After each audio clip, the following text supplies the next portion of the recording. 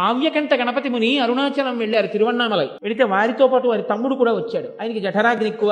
ఆ పిల్లాడు అన్నయ్య ఆకలిస్తోంది అంటున్నాడు. ఆ రోజున ఏకాదశి తిథి. అందుకని పాపం ఆయన దగ్గరున్న డబ్బులతో ఓ డజనో 2 డజన్లో అరటిపళ్ళు కొన్నారు. వాడు అన్ని తినేశాడు. తినేసి ఇంకో గంట అవ్వలేదు, అన్నయ్య ఆకలేస్తోంది అంటే ఆ రోజు ఆయన పాటించిన ఆచారం అటువంటిది. బ్రాహ్మణులు ఉన్న అగ్రహారానికి వెళ్లి ఇళ్ల ముందు నిలబడి భవతి భిక్షాందేహి అంటూ యాచన చేస్తున్నారు. అన్నం పెడితే తమ్ముడికి పెడదామని. ఆ రోజు ఏకాదశి. ఎవ్వరు బయటికి వచ్చి అన్నం పెట్టలేదు. వీడు ఏడుపు. ఒక ఇంటి ముందు వెడుతున్నారు. ఆ ఇంటి అరుగు మీద పడుకున్నాడు వృద్ధ బ్రాహ్మణుడు. ఆయన గభాలన లేచి కావ్యకంఠ గణపతి మునిని పట్టుకుని అన్నాడు, బాగా దొరికావయ్యా. నా భార్యకు ఒక నియమం ఉంది. అందరూ ఏకాదశి వ్రతం చేసి మరునాడు ఉదయం ద్వాదశి నాడు పారణ చేస్తే నా భార్య ఏకాదశి నాడు రాత్రి భోజనం చేస్తుంది. కానీ భోజనం చేసే ముందు ఆవిడకి ఒక నియమం ఉంది. ఆవిడ ఎవరైనా ఓ 2 బ్రాహ్మణులకు భోజనం పెట్టుకుని తింది. ఇవాళ యాత్రికులు కూడా దొరకలేదు తిరువన్నామలైలో. ఎవ్వరూ దొరకలేదు. నువ్వు ఆకలం తిరుగుతున్నావు, రా అని లోపలికి తీసుకెళ్ళాడు. స్నానం చేసి రండి భోజనం వడ్డిస్తానంది. కావ్యకంఠ గణపతి ముని తమ్ముడు గబగబా వెళ్లి స్నానం చేసి తడిబట్టతో వచ్చారు. ఆవిడ మడిబట్టలు ఇచ్చింది. మడిబట్టలు కట్టుకుని భోజనానికి కూర్చున్నారు.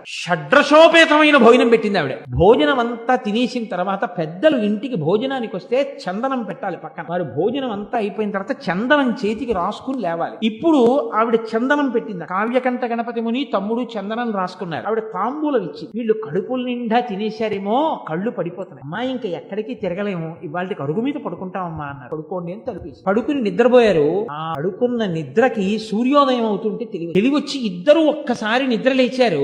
అమ్మయ్య, రాత్రి ఈ తల్లి కదరా మనకు అన్నం పెట్టింది అనుకుని అరుగుమించి లేచి చూశారు. అది వినాయకుడి గుడి, ఇక్కడ ఇల్లు లేదు. వాళ్ళు తెల్లబోయి, రాత్రి మనం షడ్రసోపేతమైన భోజనాలు తిన్నాం, ఇక్కడ ఎవరో ఒక తల్లి మనకు అన్నం పెట్టింది, ఏదా తల్లి ఇది, ఆ ఇల్లేది అని చూశారు. ఒకవేళ కలకన్నామా అని. రాత్రి ఆవిడిచ్చిన తాంబూలాలు వాళ్ళ పక్కనే ఉన్నాయి అరుగు మీద, ద్రవ్యంతో కూడా. ఇప్పుడు చెప్పండి, ఎవడు ఆర్తితో ప్రార్థన చేసి ఎవడు ఆర్తితో పూజ చేస్తున్నాడో వాడు నోరు తెరిచి అడగవలసిన అవసరం లేకుండా వాడి అవసరాలు తీర్చడానికి భగవంతుడు వాడి వెంట తిరుగుతుంటాడు. వాడికి ఈశ్వరుడి యొక్క అనుగ్రహం ఎప్పుడూ కలుగుతుంటుంది. దానికి ప్రకటనలు అక్కర్లేదు, దానికి ఏమీ అడ్వర్టైజ్మెంట్లు ఉండవు.